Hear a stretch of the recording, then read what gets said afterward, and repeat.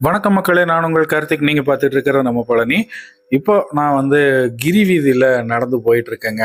ரெகுலராகவே நம்ம வாக்கிங் போகிற பழக்கம் இருக்குது. ஒரு நாள் டைம் இல்லைன்னா மொட்டை மாடியிலே நடந்துக்குவேன், இல்லை வீட்டுக்கிட்ட இருக்கிற லைனில் நடந்து போவேன்.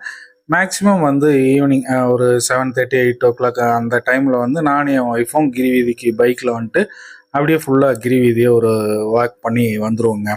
எதேச்சியாக நேற்று செவ்வாய்க்கிழமை வந்தோம். மேக்ஸிமம் கூட்டம் இருக்காது அப்படிங்கிற ஒரு நம்பிக்கையில் வந்தேன். இப்போ கரெக்டாக டைம் பார்த்தீங்கன்னா ஒரு 9 மணி இருக்குங்க நைட்டு. அந்த டைமில் எவ்வளோ கூட்டம் பார்த்தீங்களா? அப்படியே அந்த கிரிவீதியில் நடந்து முன்னாடி அந்த பாத விநாயகர் கோயில்கிட்ட எல்லாம் போகவே முடியலைங்க. அவ்வளோ கூட்டம். ஃபுல்லாகவே இந்த ஐயப்ப மலை அந்த சாமி பக்தர்கள் தான். ஐயப்ப மலைக்கு போகிறவங்க தான் அதிகமான நபர்கள். அப்படியே ஏதோ ஒரு பங்குனி உத்திரம் தைப்பூசம் ரேஞ்சில் சரியான கூட்டம். போலீஸ் ஃபுல்லாக க்ரௌடை கண்ட்ரோல் பண்ணிகிட்டு இருந்தாங்க.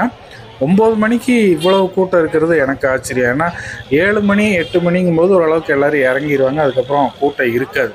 ஒரு 5 to 6 அந்த ரேஞ்செலாம் நல்ல ரஷ் இருக்கும். ஏன்னா அப்போ தான் ஏற ஆரம்பிப்பாங்க, மேலேருந்து இறங்கவும் ஆரம்பிப்பாங்க.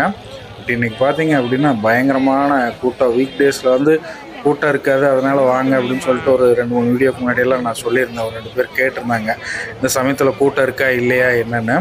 பட் இப்போவுமே வீக் டேஸில், அதுவும் செவ்வாய்க்கிழமை நைட்டு 9 மணிக்கு எவ்வளோ கூட்டம்னு பாருங்களேன்.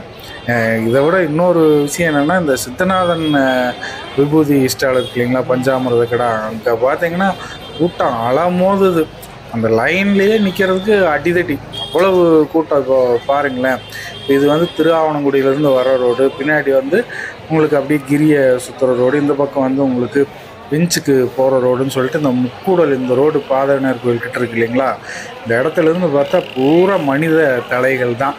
அது மட்டும் இல்லாமல் வெளியூர்களில் பல ஊர்கள் பல மாநிலங்கள்லேருந்து வியாபாரிகள், சின்ன வியாபாரிகள், அதாவது கடையெல்லாம் கூட போடாமல் கையிலேயே பையிலேயே வச்சுக்கிட்டு அந்த விளையாட்டு பொருட்கள், ஜாமான், கைப்பை அதெல்லாம் வியாபாரம் பண்ணுறதுக்கு நிறைய பேர் வந்திருக்காங்க.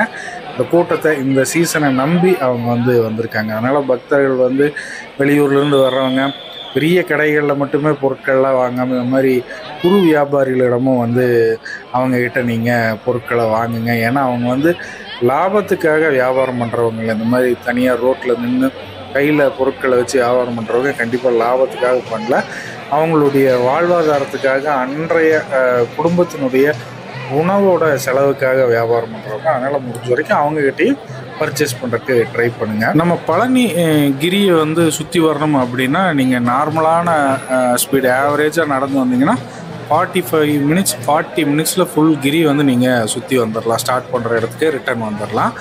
நல்லா ஸ்பீடாக நடந்தீங்கன்னா 1/2 hourல வந்துடுவீங்க. நான் ரெகுலராக வரேன், ஒரு 35 minutes 40 minutesல நாங்கள் ஃபுல் கிரி சுற்றிடுவோம்.